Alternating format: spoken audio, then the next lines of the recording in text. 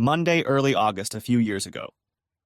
As the chief engineer for a design-build construction firm, I had to travel out of town several times a month when problems arose. This week was no exception. My flight was leaving Hartsfield-Jackson at 7:21 the next morning. Given Atlanta's traffic, I'd have to get up around 4 a.m., so Monday afternoon I left work a little early and headed home. Work in Baton Rouge went south as I expected, and I spent all of Tuesday afternoon and evening and half the day Wednesday helping to get things back on track. I think Etherly, our on-site project manager, learned something in the process, but we'll be watching him more closely in the future. Wednesday afternoon, I headed back to the I-10 freeway to meet up with my coworkers in New Orleans. Mary Jo Pilecki, whom I had helped train in Atlanta a few years earlier, was now the construction manager in Orleans and was scheduled to go on maternity leave in another month or two. So, because she was a friend of mine, and because of her impending absence, I kept a close eye on her project to make sure that everything was documented so that the person who would succeed her would have clear instructions on what needed to be done. As I expected, Mary Jo had everything in order.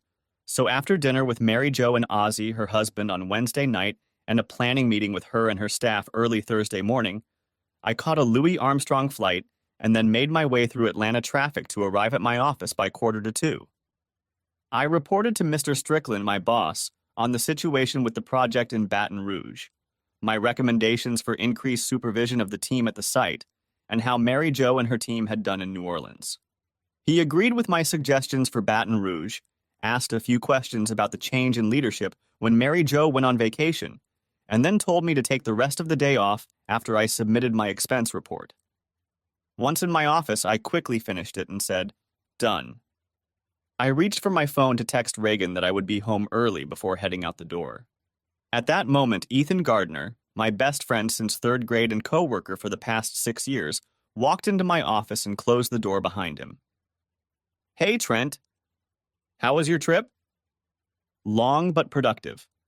Etherly should be able to keep things under control in Baton Rouge for the rest of the project if he keeps a better eye on his supervisors.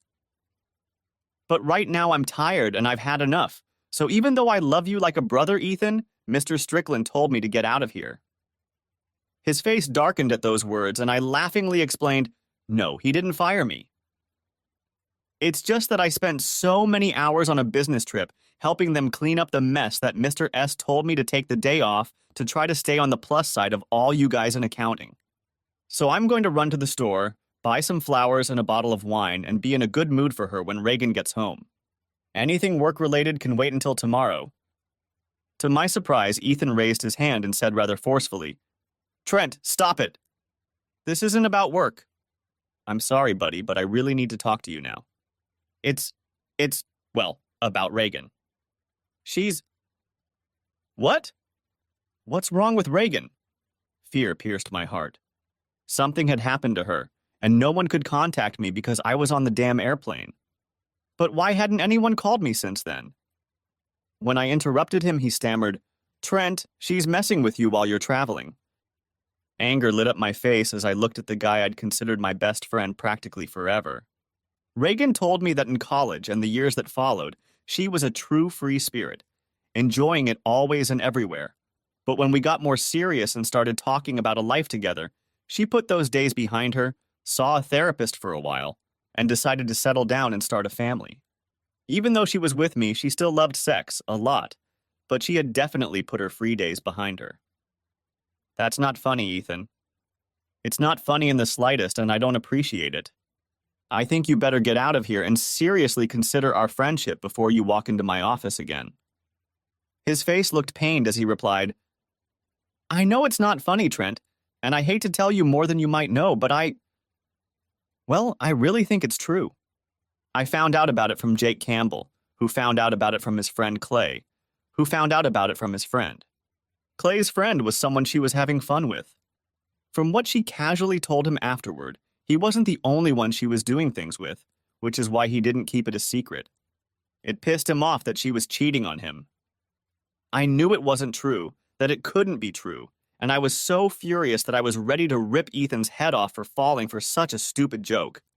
However, I knew my wife much better than Ethan did, and so my anger turned on those who spread such a lie and the nameless jerk who started it. Come to think of it, I wasn't giving Ethan a pass either. What's more, I was doubly angry that my supposedly best friend was helping them spread shit like this. Ethan, I'm going to tell you this once. It's not true, not one word of it, and if you ever, I mean ever, repeat a word of it, I'll beat the hell out of you. Now you'd better get out of here before I decide to do it anyway. Ethan was 6 feet tall and weighed 150 pounds, if not more. He had always been a skinny kid, a typical nerd, so he knew that I with my size could do it if I wanted to. The whole world seemed to rest on his shoulders as he looked at the ground and shook his head slowly. He looked up at me and I could see the pain in his eyes. Trent, I'm sorry. We've been best friends for a long time, so you know I would never want to hurt you, but I really think that by not telling you, you'll end up hurting a lot more. And buddy, you know that I know you well enough to know that you would react exactly like this. You've always had a temper, and how many times have I had to step in and calm you down to keep you from getting arrested or worse in high school? Trent, I wouldn't be telling you this if I didn't think it was true. I'm leaving, but, this way. You may not believe me, but here's the name of the investigator my cousin hired when he thought his wife was cheating on him. This lady is good looking, and if she tells you Reagan did something wrong, know it's the gospel truth. I took a deep breath and held my breath for a moment, willing the blood rushing in my temples to calm down a bit. I'm not sure it worked, but it helped me clear my thoughts and put things in a better light. Ethan was right. We'd been best friends since his family had moved next door when we were little, and we'd been close ever since. We were both smart. I was the salutatorian of our high school class in the North Georgia mountains, finishing second to him. But he was the poised nerd who kept us out of trouble when he could, and I was the flashy athlete who physically pulled us out of a few messes when his efforts didn't work. We went to different colleges, me to engineering with a construction management bias at the Institute of Technology, and him to accounting at UGA. Over time, I matured a lot without his help in managing my temper, although I must admit that a few extra bumps along the way without his guidance helped the process. When I heard about a vacancy in my firm's accounting department, I let him know how much I liked the firm. To my surprise, he applied and I put in a good word for him, so we've been working together for 6 years now, including all the time Reagan and I dated before getting married almost 5 years ago. Looking back, I realized that while I didn't think for a minute that his story was true, Ethan must have been led to believe it was true, and that he was telling me to protect me, not to intentionally hurt me. Exhaling slowly, I asked, "Your cousin's wife? Was she?" "Oh, yes. And Miss Hightower made inquiries about her." "And what happened to them?" Ethan grimaced. "He divorced her whore, but he still has to see her twice a week when they exchange children. He loves those kids and will do anything to protect them, and that's a damn good thing, because he hates her so much he'd probably have destroyed her by now and happily gone to death row otherwise. I'm so sorry, man." After answering the phone, he walked out of my office, closing the door behind him. I was left alone to mull over his crazy accusations and what he'd said about his cousin. I felt sorry for the guy who had a woman he loved and trusted who did this to him. However, not knowing the circumstances, I mostly sympathized with the kids. They didn't choose their parents and the mess they were born into. The reason was that Reagan and I were discussing the imminent expansion of our family. We wanted a boy and a girl if the genetic odds stacked in our favor, but were considering 3 children if our chromosomes matched in the first 2 tries.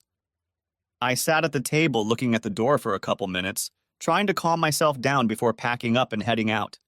I drove home to my wife, trying to put everything Ethan had said out of my mind. Unfortunately, the seed he'd planted was festering, not wanting to be forgotten as I pulled onto the highway to head home. No, I didn't believe it, not for a minute. More than that, I absolutely refused to believe it, and it would all seem ridiculous to me if it wasn't so serious. As I drove north on I-75 to my exit, I thought about telling Reagan about this foolishness, but something stopped me. Although I was sure it wasn't true, there was no reason to make her angry that people, including Ethan, were telling such horrible lies about her. After a quick stop at the grocery store, I remained silent as Reagan threw herself into my arms as I entered the kitchen from the garage. "You're home early. I said. But it was no more than what I could say as our lips came together, and we tried to make up for missing each other since Tuesday morning. When we separated, she nodded. I thought you'd be back early, so I worked late the last 2 nights so I could leave early today to greet you. God, I missed you so much, Trent, she cooed.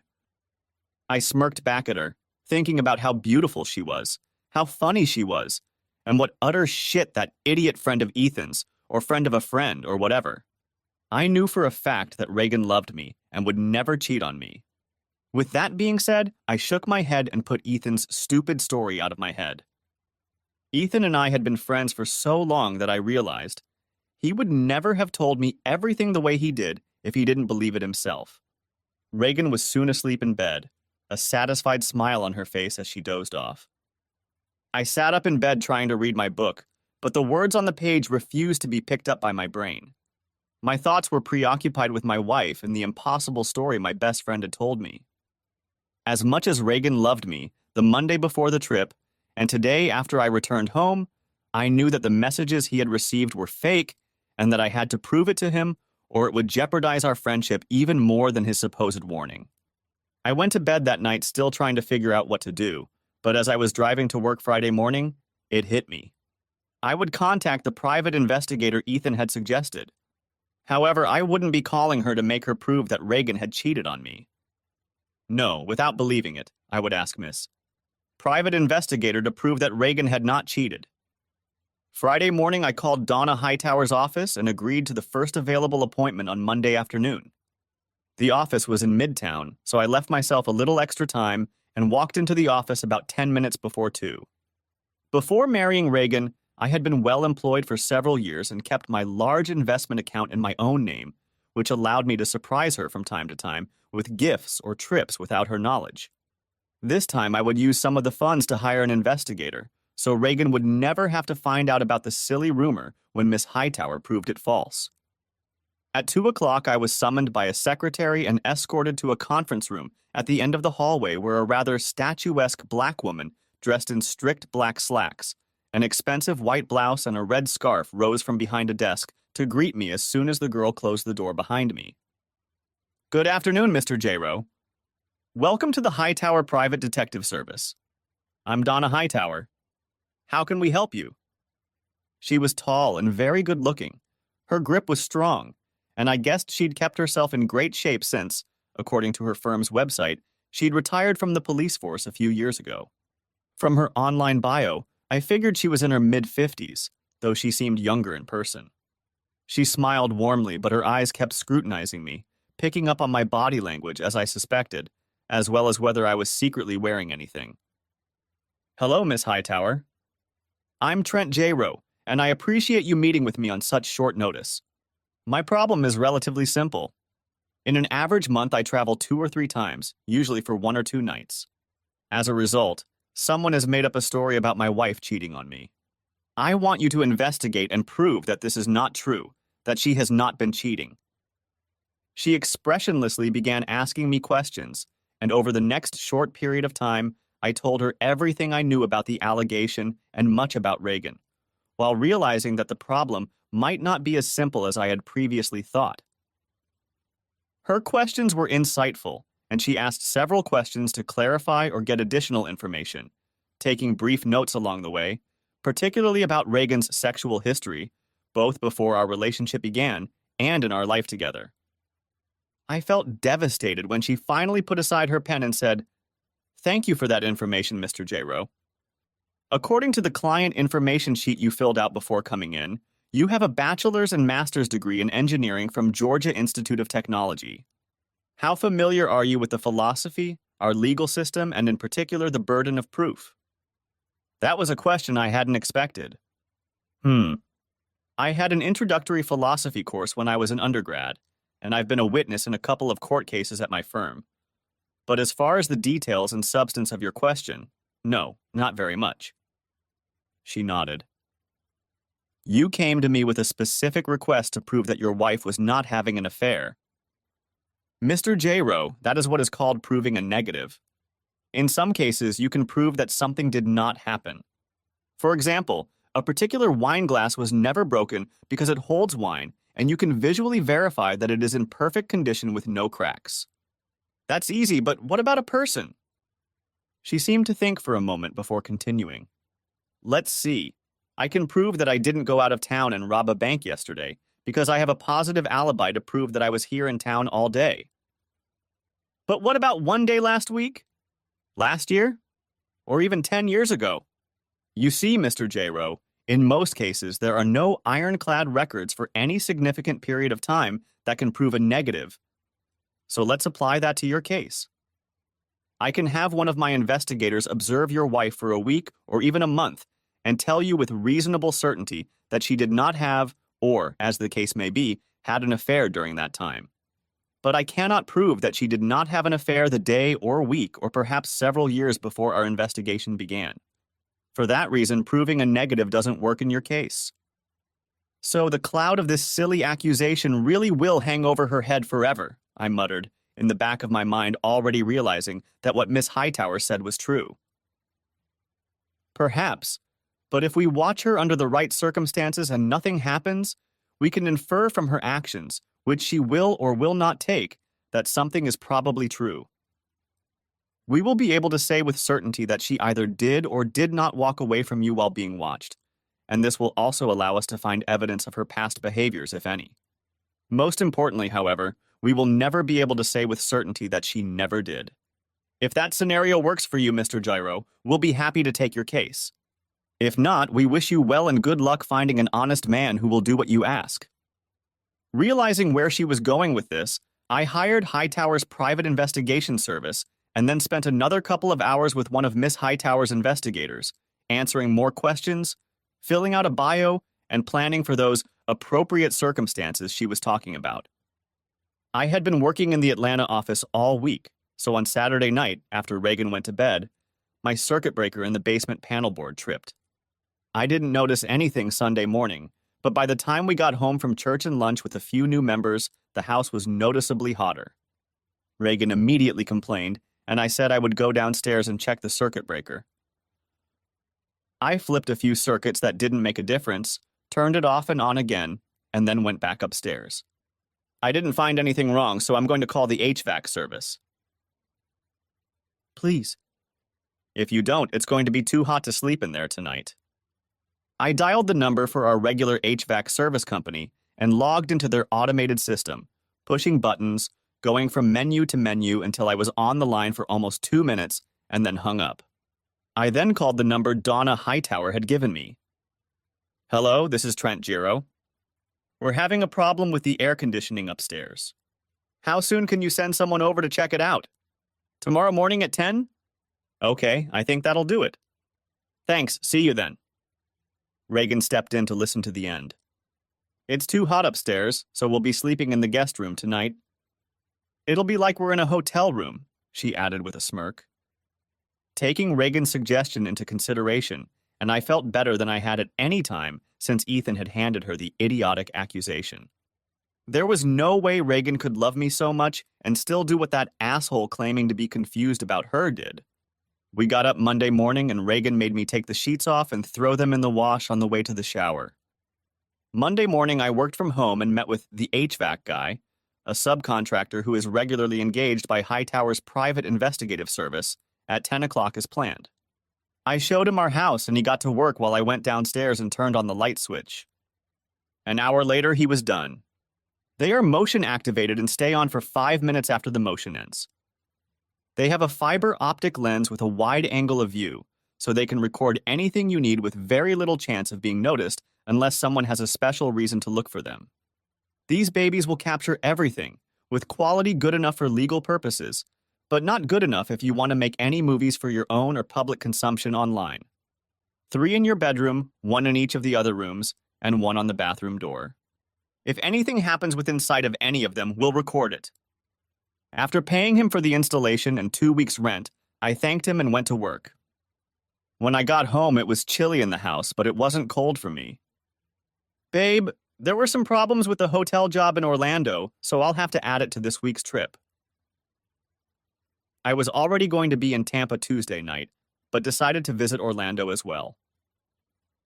Loretta made arrangements with the airlines very quickly, so my flight from Orlando won't arrive until late Friday night. I'll try to change to an earlier flight if something is available, but Loretta said the chances of that are pretty slim. I'm really sorry. I'm really going to miss you, Reagan said, but let's try to catch up at least a little. Smirking, she took my hand and led me to the couch in the family room. I love you, Trent. I love you too, Reagan, I replied, meaning it. I smiled, realizing that there was nothing wrong with our marriage except some idiot who would never know what it was like to make love to my woman. The meetings in Tampa went well, and the follow-up issues in Orlando were easy. In fact, I usually handled them remotely, but my showing up on site helped keep our management team on track. Once everything was settled, I spent some time on site observing the quality of construction, making observations and pointing out problems and potential pitfalls to the assistant project manager who showed me around. He was young but bright, and I mentally noted that he would soon be ready for more responsibility. I could leave Thursday afternoon if I could find a flight, but I didn't bother trying. Reagan wasn't expecting me until Friday night, and I was going to give her every possible minute of that time to prove to Miss Hightower that she had ample opportunity, but she wouldn't cheat on me. So I worked in my hotel room until noon, and early Thursday evening I went to one of Orlando's famous gun ranges, where in addition to the usual pistols and rifles, machine guns can be rented for firing from 3 points within seconds. I limited myself to renting a couple of pistols and let the tourist dads, torn away from their kids and Disney or Universal scenes for a while, spend their hard-earned money feeding belching machine guns. Friday, I worked in a trailer at our construction site until it was time to head to the airport. The traffic on I-285 Friday night was probably as bad as downtown, and it wasn't much better on 75 either.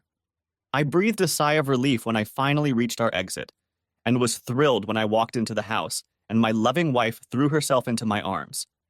Seeing that I looked stressed, she brought me a beer and we snuggled together on the couch and talked for a while before she took me upstairs.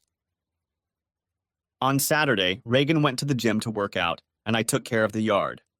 Since I didn't have much time, after going inside to get a drink of water and watch the Braves game, I opened my laptop and checked my personal email account. To my relief, there was nothing there from the special address that Donna Hightower's investigator had given me. I checked again on Sunday afternoon while she ran some errands and did some shopping. This time I blinked tensely a few times before hesitantly clicking on the message to open it. As I did so, I muttered, "Please, Lord, let this just be an update." Dear Mr. J-Rowe, your order will be ready on Monday at 11 a.m. Please contact our office to arrange for delivery. Larson Toolworks. My hand shook as I closed the message, deleted it, and then permanently deleted it from my trash folder. Reagan noticed I didn't look well when she got home, and I avoided her kisses. Yeah, I don't feel so good, I replied. I don't want you to get sick too. Let me give you a hug and then you lie down while I make dinner. Hopefully you'll feel better and be able to eat in a little while. She hugged me, but I, worried beyond belief, only stroked her back and rested my head against her. As I did so, I caught the scent of flowers. I didn't eat Sunday night, and I got up very early Monday morning. I thought about it while trying to sleep. The smell of flowers in her hair was not her usual shampoo, conditioner, or perfume. I didn't want to believe that something was going on, but the unusual odor and the ominous message made me question whether something could really be going on. After all, she'd been gone for so long, right? No, she couldn't have had time to shop and do anything extraneous. Right? Yeah, it had to be one of those makeup bags that spray perfume samplers in the store. After confirming the appointment on Monday morning, I arrived at Miss Hightower's office just before 11 a.m. I was escorted into the same conference room as the first time, and as before, Miss Hightower greeted me. This time she waved toward a chair and said, "Mr. J-Rowe, we have concluded our investigation ahead of schedule, and I'm afraid I have some bad news." She slid the file folder toward me and leaned back in silence as I opened it. My world, always so orderly, crumbled around me as I skipped reading the report and went straight to the photos. There she was with a man in our bedroom. This was followed by another picture, but still in our bedroom. Wait! The guy in this picture doesn't look like the guy I see in the first one. Sorry. It's all in the report, but we documented her with 3 different guys in 4 encounters through Saturday, and yesterday afternoon we repeated the second encounter, this time at a private home. What? Exclaimed I. The news and all the numbers stunned me. But she went shopping yesterday. Her look was serious. She nodded. Mister? Mrs. J-Rowe did some shopping on Saturday afternoon after her second meeting with lover number 2, and on Sunday she only went to the grocery store. You could have checked receipts or maybe a credit card if she didn't use cash. But she was going to the gym on Saturday, I whispered, still trying not to believe the evidence clearly laid out in front of me. Miss Hightower shook her head. I'm sorry, Mr. J-Rowe. From the picture of her leaving the hotel with lover number 2, we believe she was doing gymnastics. But believe me, she was nowhere near a real gym. How can that be? I demanded, my anger finally overcoming disbelief. Letting 3 different guys spend time with her in 1 week? And that doesn't mean I didn't take care of her before and after. Miss Hightower held up a hand to reassure me. I'm not a psychiatrist, Mr. J-Rowe, just a damn good investigator and a pretty good judge of human character. Your wife seems a likely candidate for hypersexuality disorder, often called nymphomania in earlier years. She seems to be going way beyond the ordinary to do just that and cover up what she did so you wouldn't find out. Flowers, I sighed. The scent of flowers in her hair. She took a shower and washed her hair after seeing her boyfriend yesterday. Maybe, but judging by how long they were in there, most likely just washed it or sprayed it with something. From what we can tell by following her and watching the videos, she's an expert at what she does, and she's obsessed with appearance, even changing the sheets and linens on your bed between lovers. More than one spouse has been caught cheating when a stain or odor gives away a secret love. But in our bed, I began, remembering that she'd even changed the sheets in the guest bed just a week ago. Yes, 2 of the 3 nights you were gone, she did it in your bed. She takes her lover. Please don't call them that. Cheating, adulterous assholes is what they are. She hummed slightly and nodded in response to my comment. At least one, yes. We don't know the first one's name, and the third one isn't married, but assuming he knew of her marital status, that makes him an accessory to her adultery and an adulterer under state law. Now, the second one seems to be her regular, lover. Well, he's definitely a cheater and an adulterer. We were able to get his identity and found out he's married. Asshole, I sighed, opening the folder and rummaging through it until I found the page with his picture at the very top. My fists clenched, and all I had to do was keep from punching the desk. Damn. I think she's working with that asshole. I was just about to get to that. Noah Wooliver, 32, married, and as far as we can tell, became your wife's boss at her firm a few months ago. Being a large, important firm with multiple offices, they don't advertise their corporate management structure, so it's possible he works in another, possibly parallel department. I shook my head. No, you got that right. Mrs. Allenby was promoted, I think, in late spring, and Mr. Wooliver became her new manager. Reagan never called him by name and said he wasn't very social, so I haven't met him yet. But she pointed him out to me one day when I stopped by to pick her up when her car was in the shop. It was Miss Hightower's turn to shake her head, though it was a look of disbelief. Not very social with the spouses of his mistresses, no doubt, she grinned. A convenient excuse to keep you two apart. Anyway, Mr. Wooliver has no priors or outstanding warrants, but he does have several unpaid parking tickets.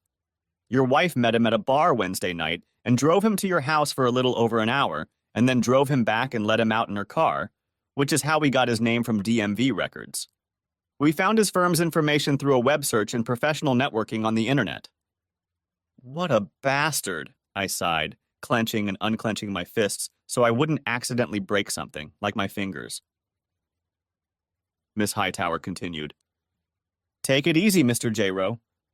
We're not done yet. Further, she met with him at the hotel on Saturday afternoon, and then again yesterday, but this time, as I said, at the residence.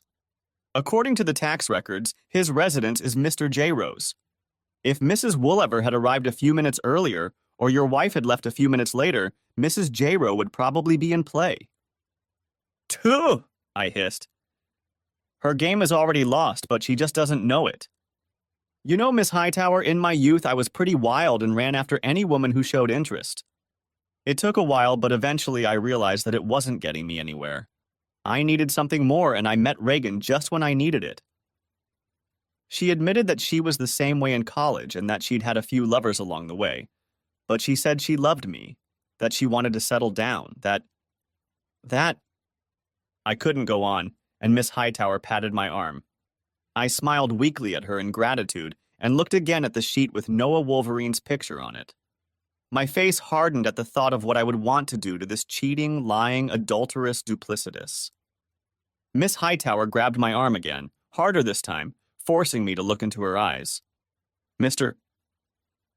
J-Row, I'm very sorry for the way things turned out, but I must warn you, as I do all of my clients, not to let the pain you are feeling make you do something that is not in keeping with who you are. When a person finds out that their loved one has been cheating on them, they often want revenge, to make the cheater feel hurt. But if you do that and take it too far, well, if you do that, it can ruin your life. Do you realize that? Taking my hand, she made me nod before she continued. Don't let her mistake ruin you and the future you might have. If you retaliate too hard, you could go too far and end up in jail for a while or even prison, possibly for years. You could lose your job and almost everything you have worked for your entire adult life. You don't have children, so you don't have anything to worry about. But that doesn't mean you can't create huge problems for yourself. Whatever you decide, just be careful and remember that it's her mistake, not yours. There were so many things swirling around in my head. Treason? Confirmed. Children? So close, but not now. Revenge? Maybe not, but payback? Yes, definitely. I wouldn't be an idiot to let my anger destroy me. I'd be careful to control my emotions, but in my carefully calibrated reaction, I'd be just as damn devious and cruel as she'd been deceiving me, no matter how long she'd been doing it. I knew I would never physically hurt her. I wasn't that kind of person, but make her suffer? Yes, I will. Carefully, I mean. But believe me, Miss Hightower, if that's the way my soon-to-be ex-wife wants it, any way she can get it, then that's the way it will be. I'll try not to go too far, but believe me, it'll be damn close, and she'll feel all the pain she's caused me. Every single one. Damn. Bit. Miss Hightower sighed, realizing she couldn't stop me, but she made one last attempt to subdue me. Okay, please be careful, Mr. J-Row. Remember what you said and don't go too far. Going over the edge is a lot easier than you think. I don't want what you do to bite you or haunt you. As a divorce attorney, Miss Hightower recommended George C. Godwin. He agreed to meet with me after hours, and I spent the next 2 hours on a bench in Piedmont Park contemplating my escape and my revenge. Then I loaded up all my notes and went to see him. Mr. Godwin was an elderly black man, as it turned out, Miss Hightower's younger uncle, and was as short, burly, and jovial as she was tall, regal, and reserved, but he knew family law up and down. He also knew the Georgia legal system like the back of his hand, as he had practiced law for nearly 50 years. George acted very informal, insisting that we call each other by our first names, and chatted for a bit before getting into why I chose divorce over attempted reconciliation. When I showed him the folder of photos, he whistled longingly. I think that answers that question. Okay, what we're gonna need. I handed him the flash drive with all the records Miss Hightower had suggested, and he plugged it into his laptop, said a few times, and then said a couple more before kissing his niece like an Italian in the general direction. This girl really knows her stuff. Trent, everything looks finished, so I'll put it all together and let you know when we're ready to file. You can do it by next Monday? Oh, I can do it by then, but overtime will cost you. Do it, please. I then told him my plan, including an additional request. When I finished, his face expressed nothing. You have to be careful, Trent, very careful. I know you're angry, and you have every right to be, but you're entering into a legal proceeding where you can't go too far as the judge will decide the case according to the law. but if you don't think looks and attitude play a role, I have a great bridge I can sell you across the big river that runs through downtown Atlanta. I forced myself to smile, knowing that there was no river, big or otherwise, in downtown Atlanta. I got home late Monday night. Citing fatigue and the need to rest after a minor ailment, I avoided Reagan. Still feigning signs of an illness that wasn't really there, I showered and brushed my teeth, trying to put all traces of that slut out of my mind. Tuesday morning, I got up early and, without waking her, quietly slipped out of the house to catch my flight to Charlotte. Thursday night, I made the call I had been dreading. Ethan, hey, it's Trent. Listen, buddy, I need to apologize, and I need to apologize really bad. You were right, and I was as wrong as I could be. That bitch played me. Ethan, being the closest of my brothers, immediately forgave me and asked how he could help. I stayed home late Friday night and then complained that I was tired so she wouldn't even think about me.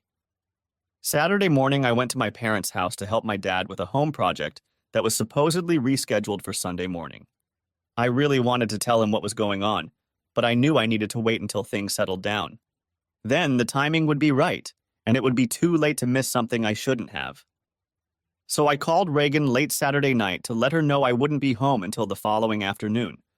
But when she answered, I got the distinct impression that she wasn't home and that she probably wasn't alone. I held my tongue, uttering a curt but completely fake "love you" before ending the conversation. On Sunday afternoon, while Reagan was out on the street, no doubt dating one of the low-life bastards who'd engaged her, Mr. Godwin sent me a text. I quickly phoned him and he confirmed that everything would be ready. The bailiff he hired agreed to serve the papers on Monday at 11 a.m. as per my special request, and send me a text message as soon as he met with her. I immediately excused myself from work and then hit the road, leaving Reagan a note to say that I had some business at work and for her to call me at the office if she needed me. I drove to the office and spent the rest of the evening finalizing my plans. Reagan called twice that evening, and both times I told her that the case was dragging on and that I would be even later than I had told her before. I promised that I would leave early Monday morning and we would spend the entire evening in bed together. That must have been what she wanted to hear, because her miserable mood became light and cheerful, and she confessed her love to me before we finally ended the conversation. I was lying to her, of course, but given the web of lies and deceit she was weaving around me, I shook my head and said, "That's the kind of change, babe. Reincarnation is tough shit." She hissed when I got into bed with her late that night, which I knew would be the last time, but I didn't bother to wake her. After Reagan left for work, I walked through the house with a wide piece of brightly colored painter's tape and stuck a piece on everything I owned or had owned before our marriage. Anything that pertained to community property, I decided she would get as part of our settlement agreement or give to a thrift store. At 7:45, Ethan showed up, and a few more minutes later, the crew from the moving company arrived. I helped them get started, and then Ethan took over supervision while I finished packing what I needed for the short term. Everything that was in the truck would go to the warehouse. Reagan didn't notice that I cleaned out my gun safe and took everything to my parents' house to put in my dad's safe on Saturday. I was almost done and was about to leave, planning to leave the rest to Ethan, when Amy, Reagan's neighbor and friend, saw the truck and came out to ask if we were moving. Luckily, I got to her before she could look into the truck or see that I had piled a bunch of stuff in the back of my SUV in the garage. "Shh," I said with a smirk. "I'm surprising Reagan with some new furniture in honor of our upcoming anniversary. 5 years next week. I'm clearing out some old furniture and some clutter from the house before they deliver it tonight. It's a surprise, and it's a little early because of their delivery schedule, so please don't mention it to her or anyone else until she tells you herself." She agreed, smiling, and went on her way. By noon, the news would likely spread throughout the neighborhood, so I was glad that X hour was already 11.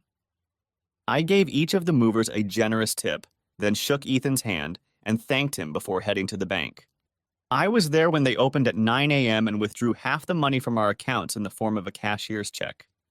A few minutes later, I was at the credit union and deposited the cashier's check into a new account I had set up online.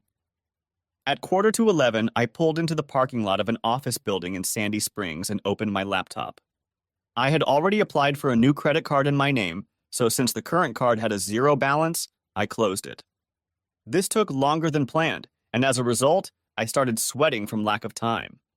By 10:57 a.m., however, it was done, and I logged into our family email account where we were both listed and waited for the text message to arrive on my phone as planned at 11 a.m. Process server just asked about her. A reply came back that she was on her way. Another text came a minute later. She's in the lobby now? Almost shaking with nerves, I uploaded the already prepared message to our email.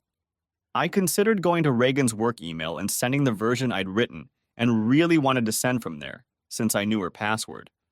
But Donna Hightower's warning about going too far and her uncle's confirmation that if I did what I wanted, I'd end up in very hot water with the judge and maybe even in the pokey for a night put an end to that idea. For now, the message went out to several of our friends and family. It reported that something had happened between us and that I had filed for divorce as a result. 3 photos were included in the file rather than attached, so they wouldn't be deleted from the message. Reagan and Noah's faces were visible in each of the photos. However, again heeding the warnings about not going too far, the photos were carefully cropped and blurred to hide any salacious details. But it was quite obvious what was going on and, judging by the timestamp, when. The second message, the one I really wanted to send, remained unused on the flash drive.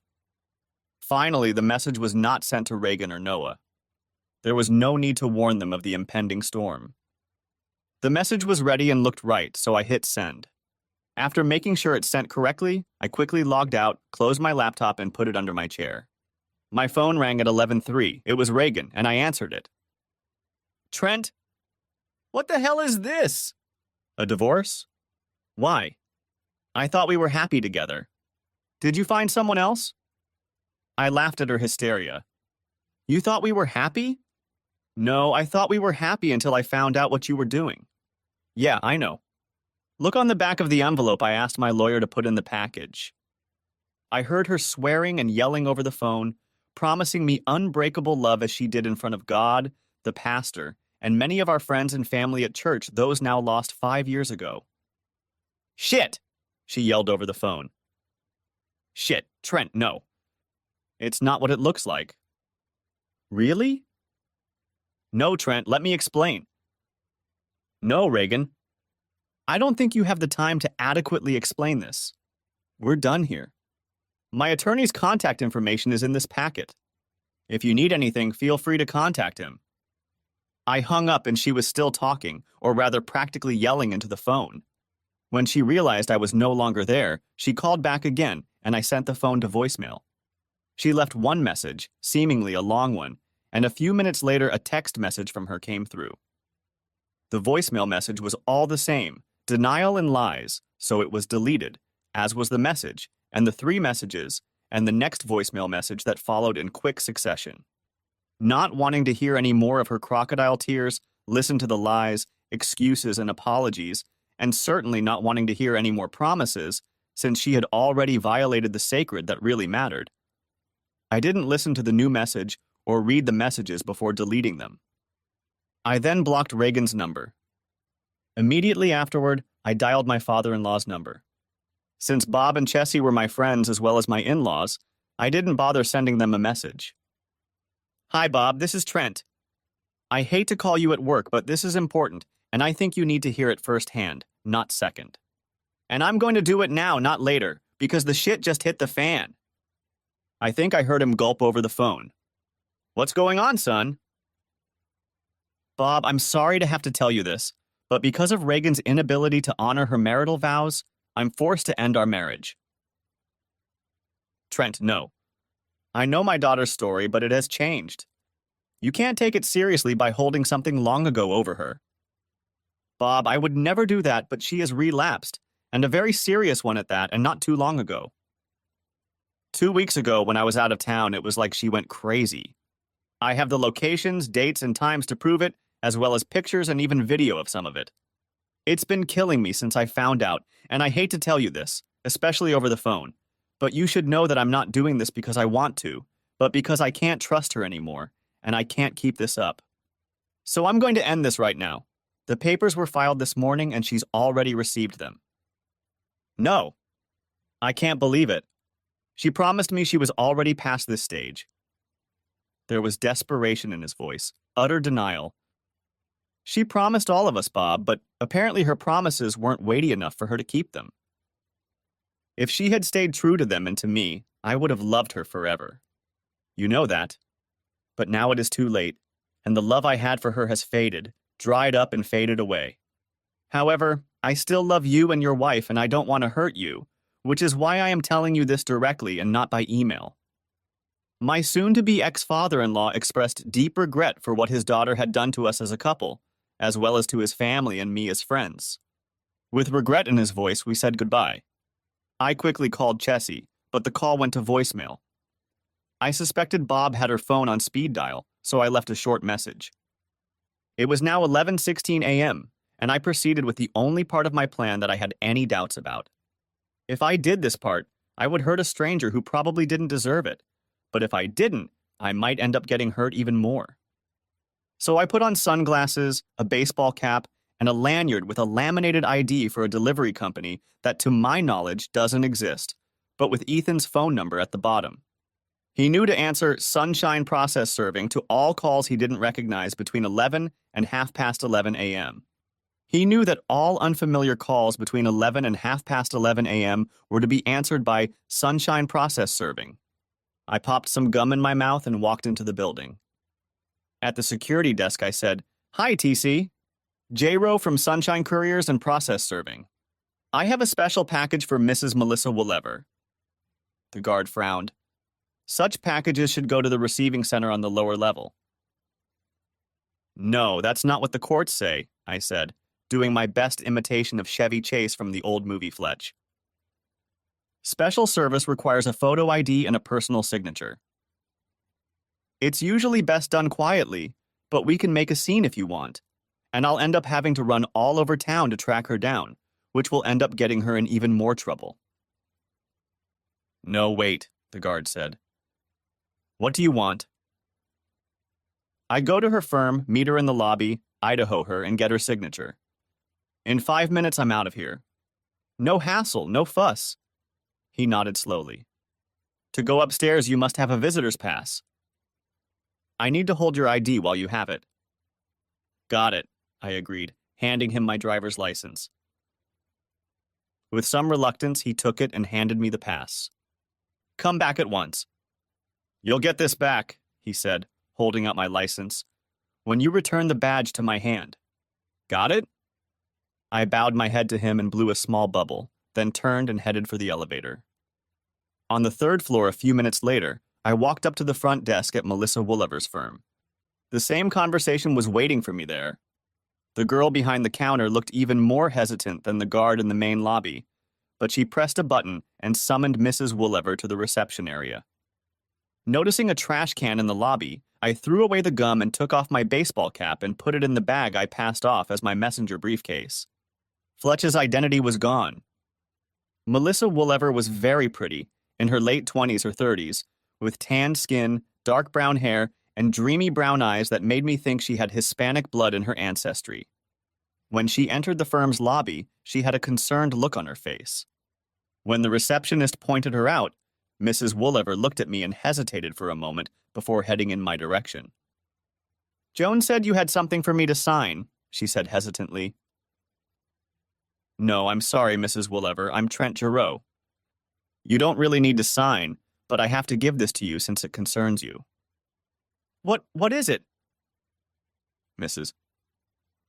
Wolever, I'm sorry to tell you this, but your husband was having an affair with my wife."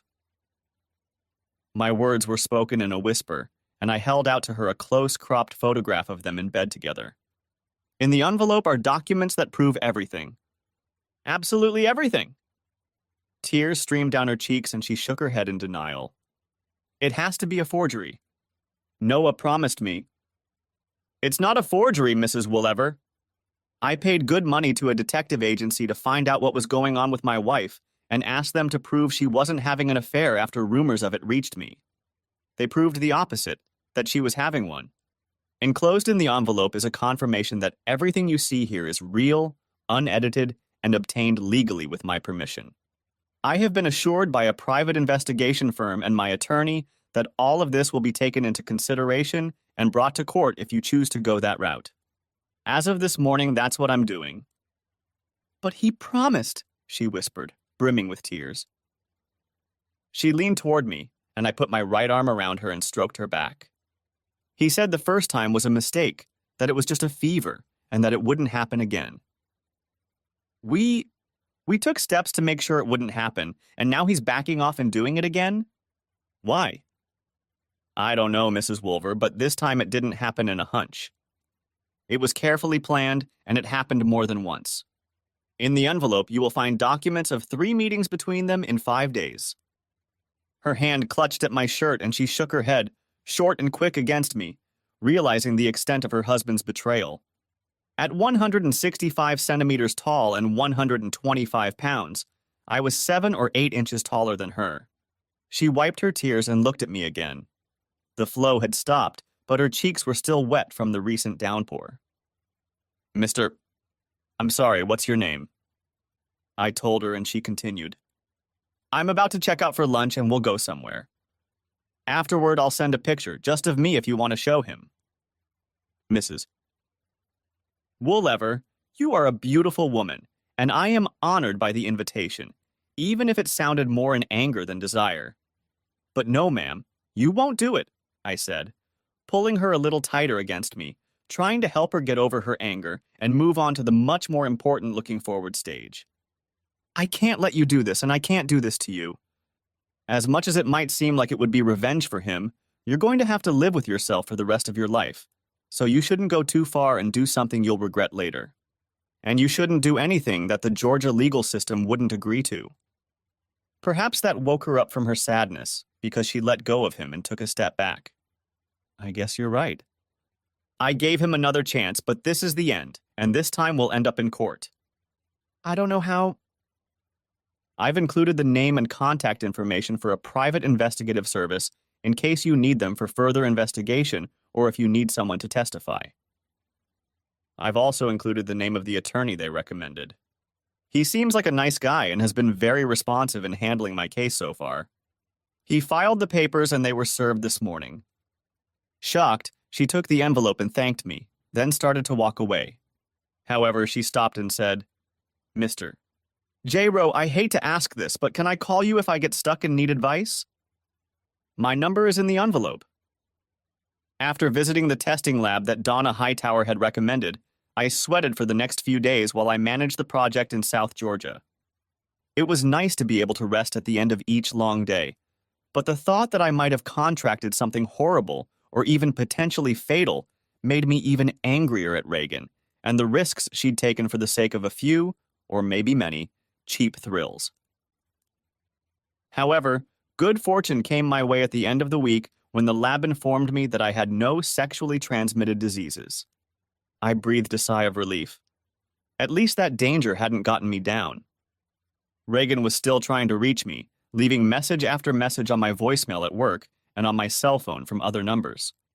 When I checked the messages, I deleted them as soon as I heard her voice, but she didn't take the hint. When I got back to the office Friday morning, I found there were more messages waiting for me, so I deleted them one by one and pulled out my phone's owner's manual to find how to block the number. After a few minutes, that problem was solved too, and I decided to visit my parents over the weekend. They were getting messages from Reagan too, and I decided to block her number there too. My mom was especially upset, especially since she knew that Reagan and I were ready to have kids. She even asked me to reconsider the divorce, saying that what Reagan had done couldn't be that bad. I shook my head in response and showed her one carefully cropped photo that showed the date. Tears ran down her face, but she nodded, finally realizing the truth despite her desire to deny it. She hugged Daddy tightly as I waved goodbye and headed to my temporary quarters. The next day at work, Andy Smith ran into my office with the bad news just before noon. Trent, Mary Jo Bilecki's water broke, and weeks before she was planning to go on maternity leave. What do we do?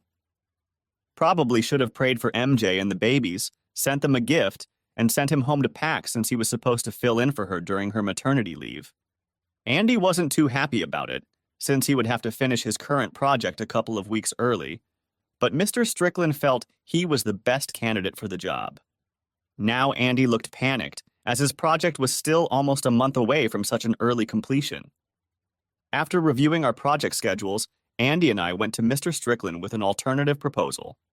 In order not to disrupt Andy's project, I would take the New Orleans job in his place, but I would be available to handle major issues on our other projects as needed, and could help out in Baton Rouge as well. In the evening of the same day, word came that Mary Jo and her new twins were doing well. I was getting closer to the Big Easy to tackle the project, and with each mile I was getting further away from Reagan and my past. By the time I got to the hotel, it was late, and I slept for a few hours before getting up early to head to the job site. I spent the morning delving into the project, meeting with a few subcontractors and going over the plans for the coming weeks. Everything was as I expected it to be, so I left early in the morning to stop at the store and head to the hospital to see Mary Jo. She had already received the flowers I had sent, so I gave her a thank you for a job well done on the project and a gift certificate for her children who had been in the neonatal intensive care unit for a while until they were old enough to go home. Although I couldn't go in to see them, I was able to see them on the monitor as MJ and Ozzy watched them lovingly. I was so happy for them, but the thought that I might never have a child of my own hurt when I left, so I turned my attention to the project. It became my everything for the next couple of days, and on Friday I took the construction office management staff out for drinks in the French Quarter after we closed down work for the weekend. On Monday, George Godwin called to see how things were going with my divorce. He was having a bad time in Atlanta. His office was getting numerous calls from Reagan trying to reach me, and he seemed to be getting more and more hysterical with each successive call. "Are you sure you don't want to talk to her?" he asked. I grinned sarcastically in response to his question and heard him practically rolling with laughter. I thanked him and went back to work. In the evening, as I made my way to my hotel room where I was staying for an extended stay, a text message arrived on my phone. I didn't recognize the number, but the message read, "Hey Trent, my lawyer filed the paperwork today and Noah has already been served. Can we talk when you get a chance? Thank you, Melissa W." It was late, so I texted back to see if she was there, but a few seconds later my phone rang. "Hey Trent. Thanks for talking to me." "Glad to, Melissa." "How are you doing?" "It's hard, but I'll manage," she replied with doubt in her voice. "How about you?" Since she declined my offer to open up, I replied, "Sounds like you." "Melissa," I asked, "what's going on?" There was a brief silence before she spoke again. "Trent, I wanted to thank you for what you did by revealing what Noah was doing to me and making me think before I committed a rash act. You could have taken advantage of how vulnerable I was in that moment, but you didn't, making me stop and think so I could realize how wrong that would have been. I really appreciate it, and I appreciate your help. It's not going to be easy, but I'm determined to get through this. Melissa, we were in the same place at the time, and it wouldn't have been right for either of us. I'm better now, at least a little better, including being away from her, and I'm glad to hear, if not hope, at least determination in your voice. Definitely. I still have a long way to go, but it's definitely better than it was. Good. I started to tell her that if she ever needed to talk, she could call me, but hesitated, unsure of that. Her soon-to-be ex was a scumbag of the first magnitude, but he was one primarily for her, not me. I was just collateral damage to him when he took advantage of my ex's open invitation, but I still had plans for him as well, so I kept quiet, and we wished each other luck before saying goodbye.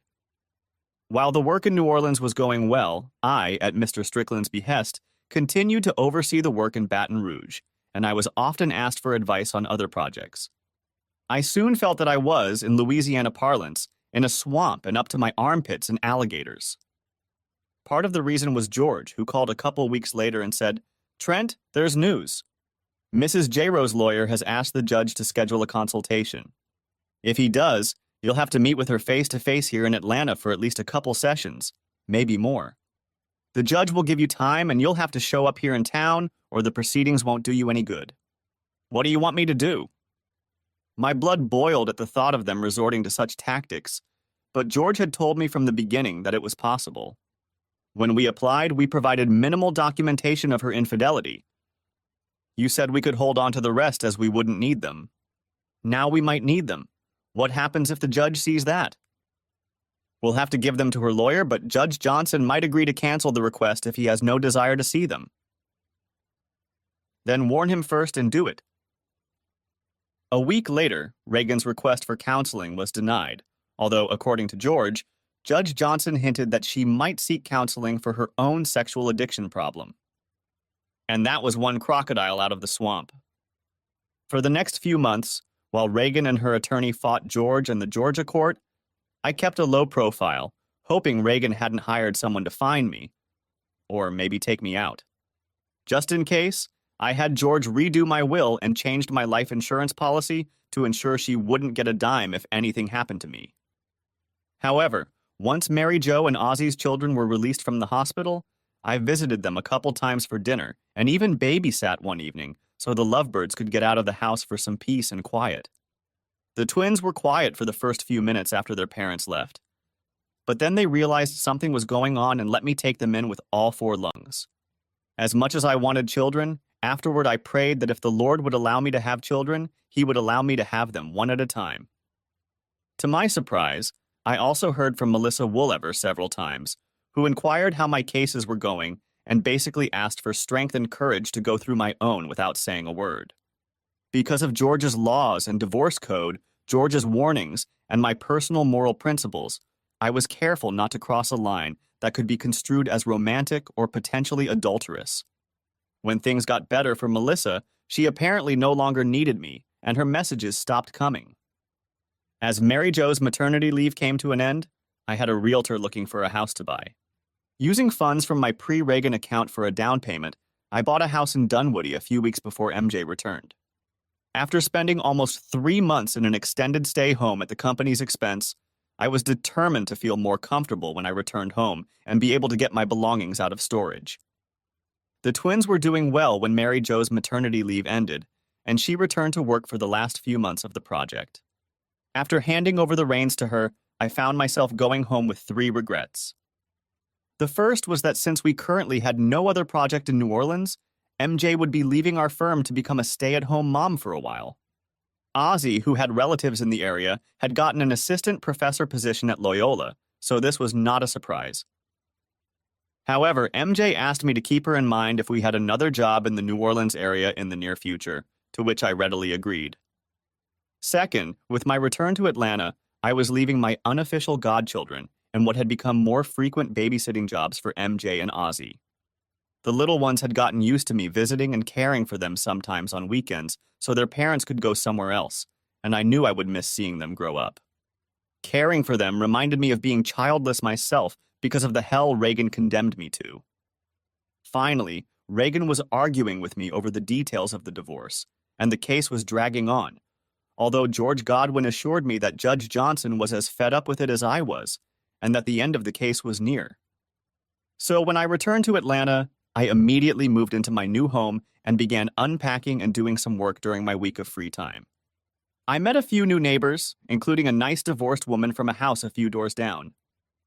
Having my own house gave me more freedom, but I was still legally bound to this cheating whore, which meant I couldn't start dating again without fear of upsetting the legal proceedings. I thanked Noelle, the divorcee, for the plate of brownies, but politely declined when she suggested we meet for dinner sometime. Having been through the divorce system, I think she understood me. Ethan, who had been looking for Miss Right forever and knew nothing about the Georgia court system, didn't get it. "So, when are you going to go out again?" he asked one day at lunch shortly after I returned to Atlanta.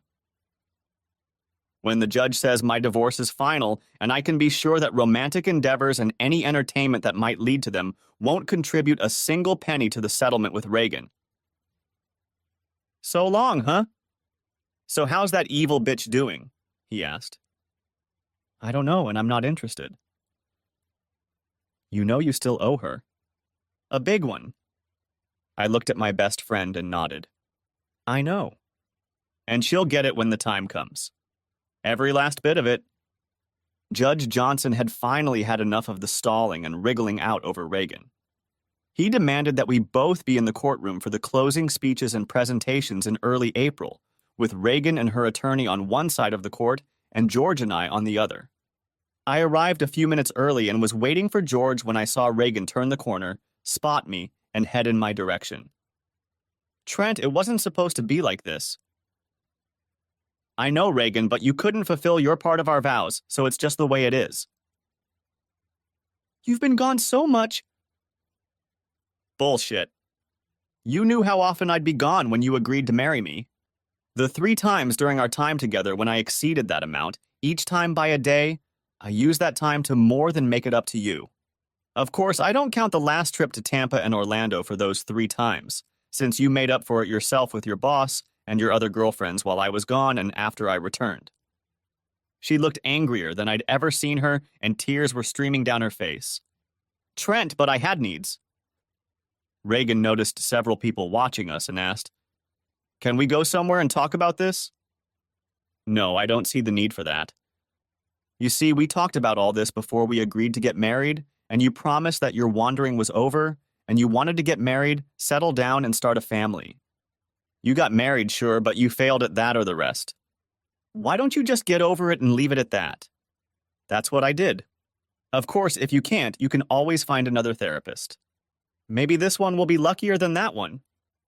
She wrinkled her nose at my words and practically recoiled when I pointed out her failures.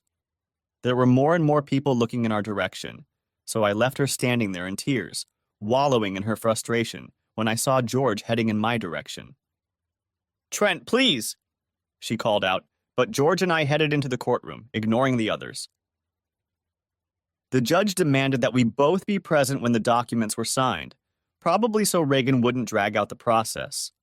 He commented on the fact that this was the first time he was seeing us together, which led to Reagan's angry outburst, followed by a pitiful cry. Judge Johnson gagged her and then forced her to hear his ruling. When it was over, the gavel fell, ending that in our 5-year marriage. I shook George's hand and thanked him after Judge Johnson left the courtroom, but as I turned to leave, Reagan started begging, making her way toward me. As I continued walking, ignoring her, she began yelling at me, spewing anger and obscenities. Most people know not to do that in a courtroom, and I'm sure Reagan knew it too. But her anger took over. I'm not sure if any of the court staff arrested her or not, but George Godwin and I took advantage of the moment to sneak out. We had the conversation she wanted so badly, though it may not have gone the way she wanted it to, and that was enough for me. I didn't want to talk to her ever again. George did his best to ensure that. After her public display, George applied for a restraining order the next day, and Judge Johnson readily agreed. I couldn't have arranged it any better even if I had tried. With a restraining order, Reagan would stay away from me whether she wanted to or not. I almost hoped she wouldn't. A brief stay at the Iron Bar Inn might do her some good. But she was too smart for that, disappeared from my life and out of sight, so the following weekend I started dating again, setting up a postponed date with Noelle. She was nice, but it soon became apparent that we had little in common, other than a very long dry spell. When I drove her home, she pulled me inside and I didn't resist. Moments later, we were in her bedroom. After the second time, we both grinned, and Noelle snuggled up to me. "Trent, we can do it again sometime if you want," she said, confirming my suspicions after dinner that she wasn't looking for anything long-term, much less permanent. I thanked her and headed down the street toward home a few minutes later. Noelle and I remained casual friends but never met again. I dated another woman the following weekend, and then another in Birmingham during a trip the following week. After each date, I felt devastated, often in more ways than one, as I realized that despite enjoying the moment, I was no closer to my goal of finding the right woman. I needed a friend, a lover, and a lifelong companion with whom I could eventually start a family. Over the next 2 months, I began to doubt that this would ever happen, that I would ever find lasting happiness. Nevertheless, short-term happiness was fairly frequent and quite enjoyable until Independence Day weekend, when I visited my parents and watched my sister, her husband, and their 4 children. Mom, knowing me better than I realized, told me that day that I would probably never give her and Dad grandchildren if I didn't change something. "I know, Mom. I bought a house and I'm fixing it up." "Trent, a house isn't a home yet. A man and a good woman, not one of those sluts you've been dating, can if they work at it. Son, you need to find a good woman." "I know that, Mom, and someday I will. I'll find her." Just give me time. She hummed. If we give you more time, your father and I will be dead by then and never meet our grandchildren. She was teasing, at least in part, but it still made me wonder. One evening in late July, I received a text message. Hi, Trent, it's Melissa Woolever. Can you talk sometime when you have a minute? Honestly, I was surprised to hear from her again after all this time. I finished cleaning the paint sprayer and sent her a quick reply asking her to call me when she could. A few minutes later, she called. Hey, Trent, thanks for agreeing to talk to me. No problem, Melissa. How are you doing? We haven't talked in a while, which is partly why I was hesitant to send a message tonight. I wasn't sure if, with everything that's happened, you'd want to talk to me again. I laughed. Unless you were actively involved in getting my ex-wife and your husband. Ex-husband, as of today, she interjected. Together, then I don't hold you responsible for what happened between them or the disaster they created, so I have no reason not to talk to you. Good, because I swear I had nothing to do with it. And I didn't think you did. So what's the matter? Well, it took longer than expected, but like I said, I'm finally free. I even have my maiden name again, Ortiz, and I wanted to thank you for your help. You opened my eyes to what the bastard was doing, provided me with evidence for free so I didn't have to spend money I couldn't afford to get it, and then gave me advice on what I needed to do. I went to another lawyer, but you helped me a lot, Trent, and I'm very grateful. You're welcome, so don't think about it anymore, okay? It's hard, Trent, because you were my guiding light, my inspiration, if you will, when I was so low and so depressed. I don't know you well at all, but I like what you've done and what I've seen so far, so I'm going to take a chance and do something I've never done before. Won't you have dinner with me? It was a very nice dinner, but I spent the entire evening looking at her, thinking about how sweet and beautiful she was, and what kind of ex-husband the world's biggest idiot would have to be to dump her, instead of thinking about what we were eating. True, Reagan was just as beautiful and had her own special sexuality. But after learning about her secret dark side, the side that would betray the man she was supposed to love more than anyone else, her former rating of 11 dropped to negative numbers. At least in my eyes. You stare, she said with a smirk. Almost as much as I do.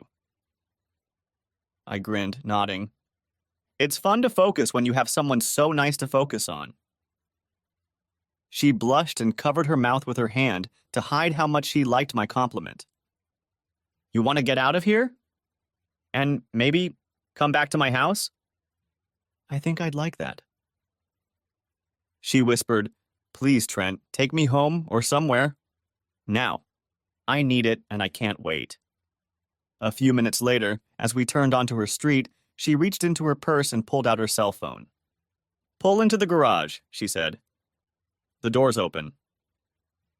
That night, we didn't leave the bed except to get a drink of water and go to the bathroom to use the bathroom as needed. I was thankful it was a Saturday and I didn't have to go to work, because for all I knew, I could have stayed with her forever. She fell asleep after our morning date and I exhaled a sigh of relief and went to the bathroom. As I stepped out, the morning light streamed in through the open curtain on the window, and I got my first real look at her bedroom. Our clothes were strewn everywhere, making me smile at the memory of our need. I also smiled at the double bed, the only item I was familiar with, and her pile of pillows, somewhat diminished by all the ones that had been knocked to the floor. The TV was on a stand next to the chair. It was tilted so she could watch it in bed if she wanted to, but it was Melissa's dresser that caught my attention. There were several pictures on it, and I cast a quick glance at them before they made me stop. It probably wasn't very polite, but I looked at one of them and picked it up to take a closer look. Trent, what are you doing? Melissa asked from the bed. Melissa? Who's the girl in these pictures? That's my daughter Ansley. She's 3 years old and she means the world to me. Her words surprised me, startled me even, and I said, You never mentioned her. I didn't want to bring her into the Noah story, so I tried to protect her as best I could, but she turned out to be a major stumbling block in our divorce. That's why it took so long. Trent, I don't want you seeing each other until we decide we're serious, that there's really something between us. Where is she now?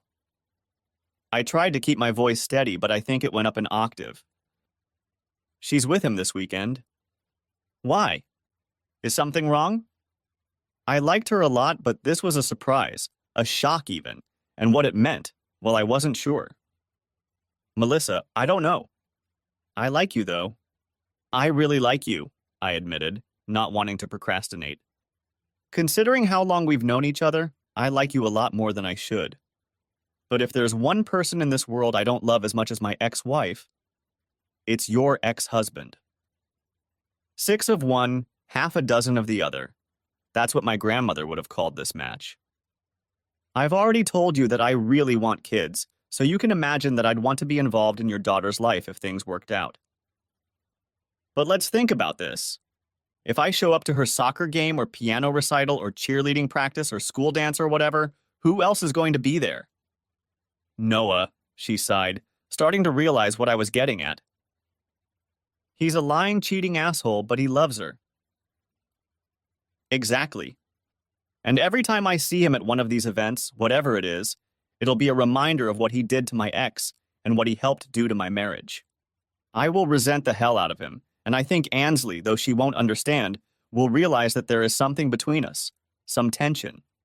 Eventually, she would start resenting me for it, Melissa, which would hurt any relationship I have with her, and in turn hurt our relationship, yours and mine. As much as it pains me to say it, I think it would eventually ruin everything we have. She sat up and almost in a whisper she said, realizing, "You're saying we have no future." As much as I'd like to try to prove me wrong, no, I don't think there is one, I agreed. She nodded, tears streaming down her eyes. I thought it was too easy, too perfect. Now I know it was. Please, Trent, just go away. She touched her phone a couple times and added, "The garage door will be open for you." She fell back on the bed and pulled the sheet over herself as she cried. I grabbed my clothes and dressed in the hallway on my way out, hating myself at every turn almost as much as I hated her ex-husband. It hurt, but in my heart I knew it was true. Later that day, I went to my parents' house.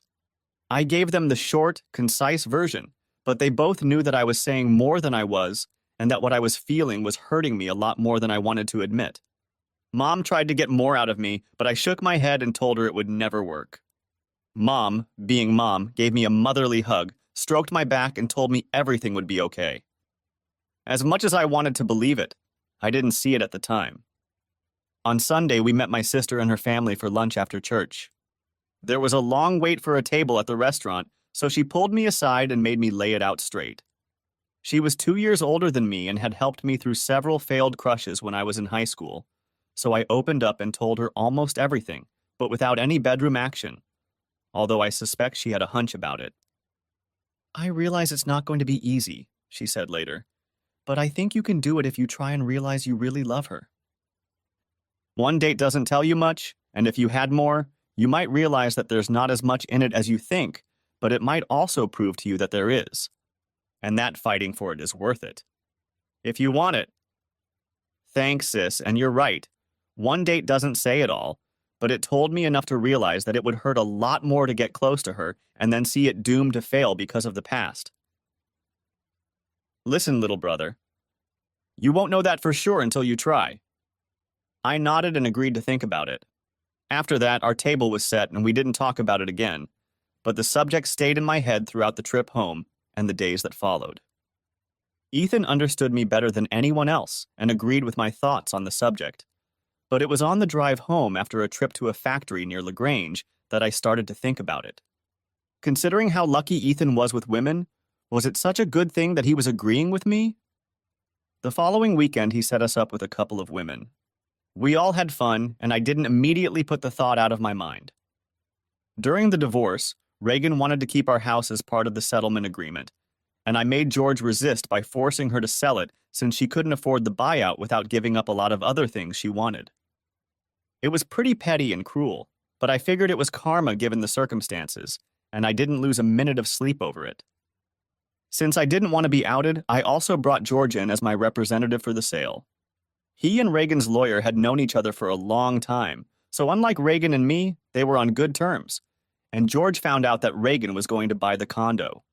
Sometime later, I heard a rumor that Reagan and Noah were getting married. Upon hearing this news, I immediately called George as it could affect my finances.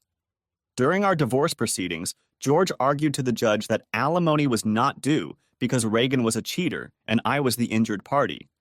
But the judge took our relative incomes into consideration and awarded her a small monthly amount for 5 years or until she remarried, whichever came first. I think that was the only point George lost in our settlement agreement, but even that amount was less than he predicted. If she really did remarry, I'll check it out and let you know. If it's true, we'll get the alimony payment stopped, George said. Yeah, and if it's true, it just goes to show that some people never learn, I said, incredulous at the thought of them being together and what that would mean, even though it further confirmed my decision to end my relationship with Melissa. No, George laughed. It's what keeps me in business. And I thought, it gives me a choice I'd thought about back at the beginning of the divorce but never believed possible. After hearing about their wedding, I decided to contact a friend at Reagan's firm. Will Kleiner and I had known each other since college and met again when I started dating Reagan and discovered that he worked at her firm in a different department. Reagan and I had met Will and his wife several times while we were dating and married, but Will and I hadn't seen each other since the divorce began. So shortly thereafter, we met for lunch when I wasn't traveling. When I told him what had happened, Will replied, "That's terrible. I'm really sorry, Trent. I heard that Wooliver asked to be transferred to another department. It all makes sense now. They're avoiding conflict with our HR department. So do you guys have an official policy on this sort of thing?" Sure. If they violate it, they could get in big trouble, and in the long run, the firm. Will, I hate to ask this, but do you think you can get me a copy of that section of your personnel manual? Yes, just don't tell anyone where you got it. The following Saturday, I made a date, and we met Will and Lori Cleaner at a Braves game. Will handed me the flash drive that night, and a few days later, I went over to George's house to talk to him about the whole thing. Trent, I'm sorry. Even if you can prove that they knew Noah Wooliver was entertaining all the women under him, he said, laughing at his own wording, that doesn't give you the right to sue, since that's the way state law is written. In an effort to make sex between willing partners a less dangerous crime, the state legislature got rid of alienation of affection in Georgia in '79, around the time I went off on my own.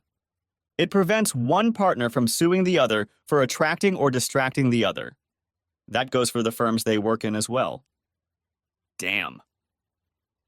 While I didn't care about the money, I hoped that financially penalizing the firm would make them penalize Noah, and with any luck, Reagan. He smiled. A lot of potential plaintiffs, upon learning that fact, have said that word or something worse. That means no one can sue them, except in a very limited number of cases where the firm was positively informed of what was going on and did nothing. In that case, someone taken advantage of by a serial abuser might be allowed to have their day in court. But the plaintiff's chances of winning a significant sum are severely limited. So much so that most lawyers worth their salt wouldn't touch such a case with a 10-foot pole either. I sighed and repeated, "Damn!" He laughed. Hey, don't give up hope. Let's deal with the spousal support issue first, and we'll talk about the other options a little later. The next week, George was at the courthouse filing a new motion. Proving that Reagan, an asshole, had obtained a marriage license, George asked that spousal support payments be terminated because they were no longer necessary or appropriate under our divorce decree. Reagan's attorney, of course, strongly opposed this motion, and we had a suspicion that the marriage certificate had been filed far away from Atlanta so that we would not discover it and file the very same motion to discontinue alimony that George was now filing. Judge Johnson agreed with us, brushing aside Reagan's objections, and I was charged the monthly amount that had kept me in suspense ever since he had demanded it. However, when I brought up the second issue, George looked at me, shook his head, and jabbed his finger at me. Patience, Trent. Patience. 6 months later, George Godwin called me, and we met for lunch a few days later. Trent, I suggested you wait because newlyweds need time to get to know each other, and in a case like this, With Noah moving to another department in the same firm, he's going to be very cautious for a while. He needs time to get his bearings and find a new trail just as the luster of a new marriage begins to fade. From what you've told me, and from what I've seen of guys like this in the past, I think it's a good time to run a check. It took 2 weeks, but Donna Hightower and one of her investigators proved that just as tigers don't change stripes, leopards don't change spots, or whatever the old saying goes, serial cheaters don't stop cheating. Noah Woolever had struck up a relationship with one of his new subordinates, so George took the information, put it in a nice package, and went to one of his lawyer friends. We don't want this to get back to you, Trent, because if whoever replaces Judge Johnson sees your involvement, Mr. Woolever will say, lose his job. In that case, Mrs. Woolever would be able to file for reinstatement of spousal support because of the effect your actions have had on her current spouse. I don't know how she would know that because I certainly won't tell her, and if anything happens to Noah Zasrans, I suspect he won't tell her the real reason. George smirked, wiggling his finger in my direction. Sneaky, sneaky. And it's true. George's friend, a lawyer, delivered the package to Noah's firm. Through my friend Will, I learned that Noah had been escorted out by security that same day, and there were rumors that he wouldn't be welcomed back. They say Reagan cried when she found out, asking why, but no one would say. Take that, asshole, I said after the conversation ended. If I keep this up, I risk turning into a bitter old man. Grinning to myself, I realized that was a risk I was willing to take. Not wanting to link my name to this in case Reagan found out about it and took it to a judge to try to get spousal support reinstated, I sent the package anonymously that same day, and the next evening I got a call.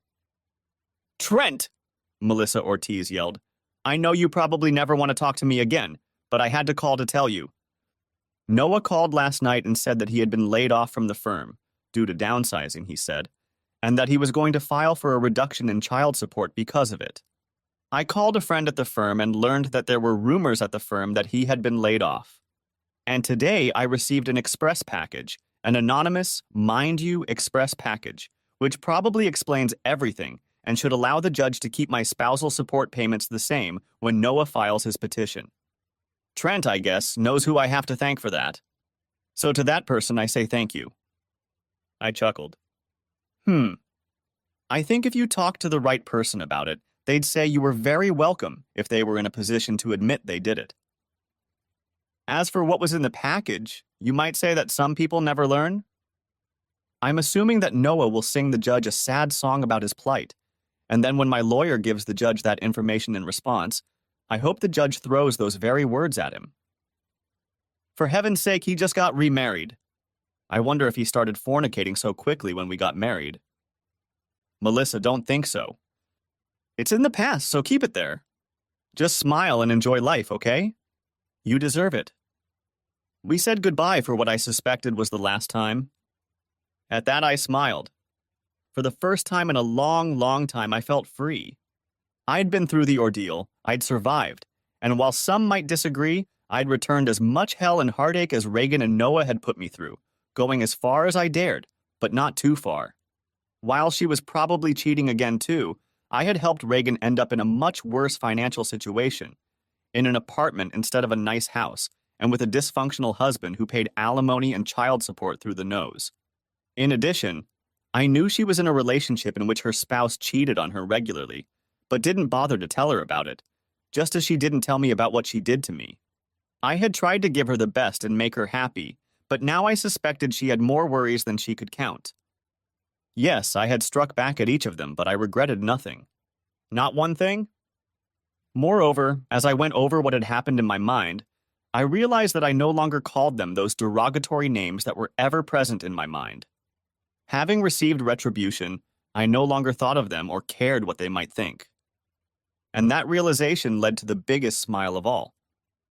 But the smile was short-lived, because over the next few weeks I made another discovery, the hardest of all. As much as I thought I had leveled with Reagan and Noah, to my surprise, I discovered that they still had power over me.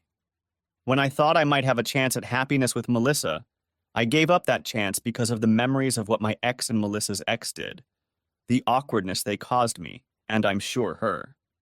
Since then, I'd been on a few dates and had sex with many women, but after the raucous orgasm faded, I realized more and more clearly that I didn't care about any of it. Melissa, I finally realized, was still in the back of my mind, present in it as much as thoughts of Reagan and Noah. Even though I'd struck back and gotten my pound of flesh, I still wasn't free of them as long as I cared what they might think about anything. Not until I could look at them and laugh and say, "Look what you gave up and what I might get as a result. Thank you for being so stupid. Then I will truly be free." At that moment, it all became clear to me and I realized exactly what I wanted to do. Picking up the phone, I looked through the recent calls and found the number she'd called from the day she'd gotten the file with Noah's latest adventures. I pressed the number to call back and hoped she would pick up. Moments later, she answered. "Hi, Melissa. This is Trent J-Rowe. Can we talk?" "Trent, recently you helped me again when you didn't have to." "I'm listening." "Something came to me tonight, an epiphany, if you will. And if I'm not too late and you'll let me, I'd like to talk to you about it to see if there's any chance of making a difference." There was silence on the line, though I thought I could hear breathing, so I continued. "Even though I recommended that you let go of the past, I realized that I had been so focused on the past and what had ruined my life as I knew it that I hadn't noticed that I was looking at things backwards instead of forwards. I want to apologize to you for that, and if you agree, I want a chance to try to make things right. If you'll let me." Again, she didn't stop me, so when I talked to her that evening, I could practically hear Melissa nodding her head over the cell phone line, assessing my words. To my relief, she wasn't dating anyone new, and to my surprise, she agreed to let us start over to see how things went, and if we could eventually become as compatible as we had been that first wonderful night. We went on another first date the following weekend with good and firmly stated intentions of not rushing things, but sometimes things have their own ideas. She invited me in as I walked her to the front door. She took the glasses and I poured the wine, after which we sat down on the couch and talked until 11. A few minutes later, I was already carrying her upstairs and gently sitting her down by the bed. After that, we lay there but didn't say a word. It was too soon, considering it was only our second first date. But in my heart, I hoped it would work out. And from the way she looked at me, I thought she might feel the same way. Although we encountered some difficulties in the months that followed, it turned out that we agreed with each other on far more important things than we had realized, and that many little things don't matter when two people love each other enough. Although I thought so after our second casual date, I liked her more and more with each meeting, and eventually I admitted to myself that it really was much more than like, almost from the start. Melissa came to the same conclusion, and we began to plan and collaborate so that we could have a future together. We both wanted that, so we got married a little over a year after we decided to try again. When the time came, little Ansley became our flower girl, and Melissa and I said "I do" to each other and really meant it. As I suspected, we've run into Noah a few times since then, but it didn't quite go the way I initially feared. The first time we were close was when he started to make a snide remark to me about taking seconds, but I cut him off. In barely a whisper, so that only Noah could hear, I said, "Noah, thank you so much for taking Reagan, the cheating whore, off my hands. If you think she'll be more loyal to you than to me, you're even stupider than I think you are. And thank you for making it possible for me to be with Melissa, the real woman you weren't smart enough to be faithful to and do everything in your power to keep her. Believe me, I got the best part of the deal." He nearly choked and clenched his fists in anger before realizing I could have torn him apart if he had hit me. Recovering in time to save Ansley and myself from severe pain, he turned and went to his young daughter. He took her in his arms and kissed her, whispering something to her before putting her back down and saying goodnight to Melissa. A few months later, he told her that he was in the process of divorcing Reagan and finally realized that what I had said was true. When he started to suggest something, she abruptly interrupted him. "Too bad you didn't realize it until after it was too late, Noah. Don't ever mention it again." In all the time we've been dating, Noah has never once said a word to me about it, but I still see a note of regret in his eyes when he sees us together. And I always smile. Present tense. Ansley is 6 years old now, And now she's at Grandma and Grandpa Ortiz's house, and I'm holding Melissa's hand while she squeezes mine like there's no tomorrow. When the doctor gives the order, Melissa makes one last push. Finally, she leans back and I kiss her sweat-drenched forehead as the doctor and nurse work a little farther away from the delivery bed.